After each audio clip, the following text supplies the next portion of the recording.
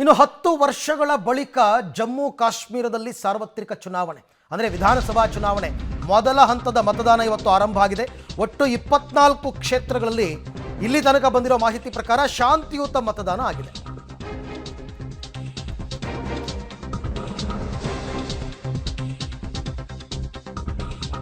ಇಲ್ಲಿ ತನಕ 20% ವೋಟಿಂಗ್ ಆಗಿದೆ ಅಂತಕ್ಕಂಥ ಮಾಹಿತಿ ಬರ್ತಾ ಇದೆ. ಆರ್ಟಿಕಲ್ 370 ರದ್ದತಿ ಬಳಿಕ ನಡೆಯುತ್ತಿರುವ ಮೊದಲ ಎಲೆಕ್ಷನ್ 2014ರಲ್ಲಿ ಮೊದಲು ಎಲೆಕ್ಷನ್ ಆಗಿದ್ದು. ಅದಾದಮೇಲೆ 10 ವರ್ಷ ಆಗೇ ಇಲ್ಲ.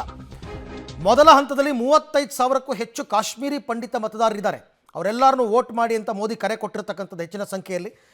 ದಕ್ಷಿಣ ಕಾಶ್ಮೀರದ ಅನಂತ್ನಾಗ್, ಪುಲ್ವಾಮಾ, ಕುಲ್ಗಾಮ್, ಶೋಪಿಯಾನ್, ಚೆನಾಬ್, ಕಣಿವೆ ಜಿಲ್ಲೆಗಳಾದ ದೋಡಾ, ಕಿಶ್ತವಾರ್, ರಂಬಾನ್ ಇಲ್ಲೆಲ್ಲ ಕಡೆ ಇವಾಗ ನಡೀತಾ ಇದೆ. ಒಟ್ಟು 24 ಕ್ಷೇತ್ರಗಳು ಮೊದಲ ಹಂತದ ಮತದಾನ.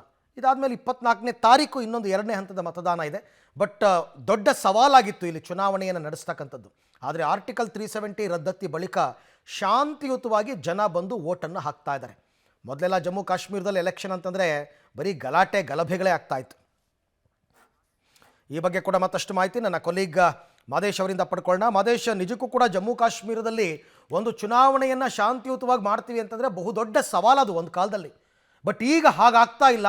ಸೊ ಮೊದಲ ಹಂತದ ಮತದಾನ 10 ವರ್ಷಗಳ ಬಳಿಕ ಹೇಗಾಗ್ತಾ ಇದೆ? ತುಂಬ ಕುತೂಹಲ ಕೆರಳಿಸಿದಂಥ ಮತದಾನ ಅಂದರೆ ಚುನಾವಣೆ ಇವತ್ತು ನಡೀತಾ ಇದೆ. 24 ಕ್ಷೇತ್ರಗಳಿಗೆ ಮತದಾನ ನಡೀತಾ ಇದೆ. ಇಲ್ಲಿವರೆಗೂ ಕೂಡ ಶಾಂತಿಯುತವಾದಂಥ ಮತದಾನ ಆಗ್ತಿದೆ ಅನ್ನುವಂಥ ವರದಿ ಈಗ ಸಿಗ್ತಾ ಇರುವಂಥದ್ದು. ಜೊತೆಗೆ ನರೇಂದ್ರ ಮೋದಿ ಅವರು ಕೂಡ ದೊಡ್ಡ ಮಟ್ಟದಲ್ಲಿ ಮತದಾನ ಆಗಬೇಕು ಅಂತ ಎಲ್ಲರಿಗೂ ಕೂಡ ಕರೆ ಕೊಟ್ಟಿದ್ದಾರೆ. ಜೊತೆಗೆ ಈ ಕಾಶ್ಮೀರಿ ಪಂಡಿತರು ಸುಮಾರು ಒಂದು 35,000 ಜನ ಇರುವಂಥದ್ದು. ಎಲ್ಲರೂ ಕೂಡ ಮತದಾನ ಮಾಡಿ ಅನ್ನುವಂಥ ಕರೆಯನ್ನು ಪ್ರಧಾನಿ ನರೇಂದ್ರ ಮೋದಿ ಅವರು ಕೊಟ್ಟಿದ್ದಾರೆ.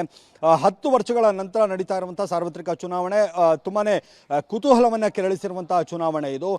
ಅದು ಕೂಡ ಶಾಂತಿಯುತವಾಗಿ ಅಂದರೆ 370 ರದ್ದತಿ ನಂತರ ಅಂದರೆ 370ಯನ್ನು ರದ್ದತಿ ಮಾಡಬಹುದಾ ಅನ್ನೋ ಥರದ ಪ್ರಶ್ನೆಗಳೇ ಇದ್ದಂಥ ಸಂದರ್ಭದಲ್ಲಿ ಪ್ರಧಾನಿ ನರೇಂದ್ರ ಮೋದಿಯವರು 370ಯನ್ನು ತೆಗೆದ್ರು. ಜೊತೆಗೆ ಈಗ ಸಾರ್ವತ್ರಿಕ ಚುನಾವಣೆ ನಡೀತಾ ಇದೆ. ಅದು ಕೂಡ ಶಾಂತಿಯುತವಾಗಿ ನಡೀತಾ ಇದೆ. ದೊಡ್ಡ ಮಟ್ಟದಲ್ಲಿ ಭದ್ರತೆಯನ್ನು ಕೂಡ ಈಗಾಗಲೇ ಒದಗಿಸಿರುವಂಥದ್ದು. ಯಾವುದೇ ರೀತಿಯಾದಂಥ ಅಹಿತಕರ ಘಟನೆಗಳು ಇಲ್ಲಿಯವರೆಗೂ ಕೂಡ ಸಣ್ಣ ಮಟ್ಟದಲ್ಲೂ ಕೂಡ ವರದಿಯಾಗಿಲ್ಲ. ಅಷ್ಟರ ಮಟ್ಟಿಗೆ ಸುಭದ್ರವಾಗಿ ಸುಸೂತ್ರವಾಗಿ ಮತದಾನ ನಡೀತಾ ಇದೆ.